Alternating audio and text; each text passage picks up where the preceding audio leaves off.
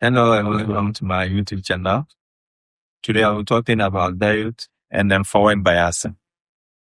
And the previous videos I talked about a PN junction, right? And how a PN junction can be formed by taking a silicon atom. You take any semiconductor, you make sure you drop half of the semiconductor with travel impurities, and then the other half of the semiconductor, you dope it with pentavalent impurities. So as a result, you create what? P region on one side and N region at the other side. So the junction separating the two regions is what we refer to as what? PN junction. Now that we have our PN junction, so through the process of diffusion of electrons into the N region, that results in the formation of depletion region, and we end up having a barrier potential, which is the energy required or work done needed to overcome the depletion region that is meant from as a result of the formation of ions, resulting in the creation of an electric field that repels electrons in the N region from migrating into the P region. Now that we have this, what we can do is we can add conducting terminals to both regions, right? So if we were to add a conducting terminal to the P region, it becomes an anode, and then while N region becomes what? A cathode, right? So once we have this kind of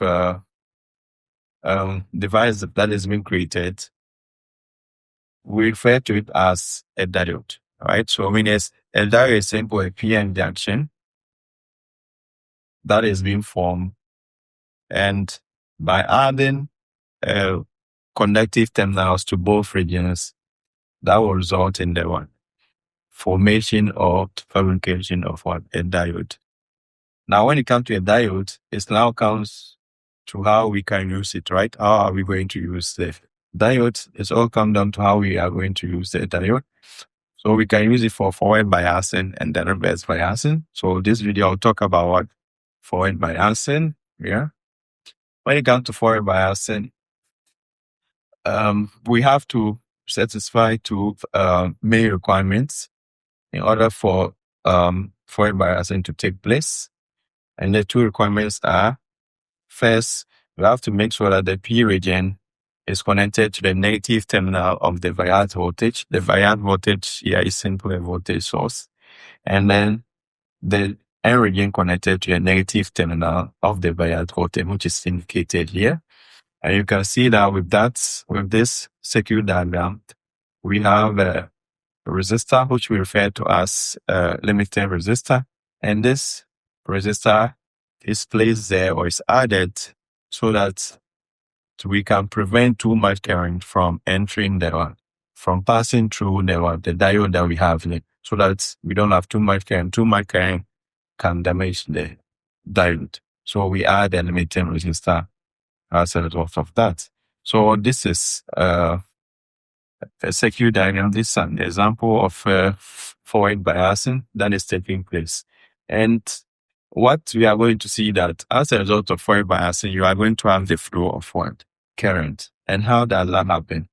It all comes down to the fact that if you look at the N region, right, we have a majority electrons, right?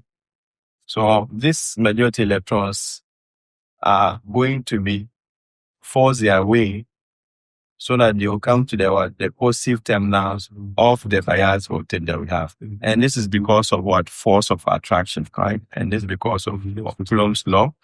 If I have positive charges on one side and I have negative charges, then there's going to be attraction between these two charges. So the N regions, they are electrons, so they are negatively charged. And then we have the positive charges that are along the positive terminal. So the electrons will force their way, meaning cross into the P region, whereby they combine with holes that are in the P region to form what we refer to as electron hole there. Then from there, the electrons will pass into the wire that is connecting the resistor, and then to that of what? The positive terminal, right? So you have stream of electrons passing through the conducting material here to force their way to the positive terminal. That is what we refer to as current, right? So the flow of electrons is what we define as current. So meaning if you have electrons crossing the PN junction so that they go into the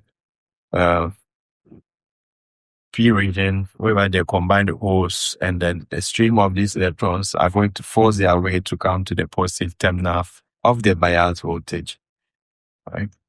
And that is going to result in the flow of current. And when it comes to the direction of flow of current, we look at the direction of flow of what? Holes, right?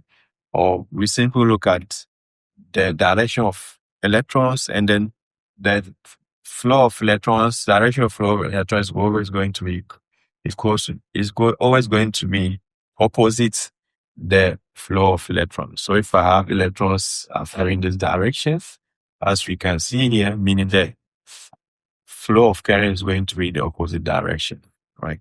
So that is what we mean by forward biasing. Forward biasing simply means that you have a flow of what?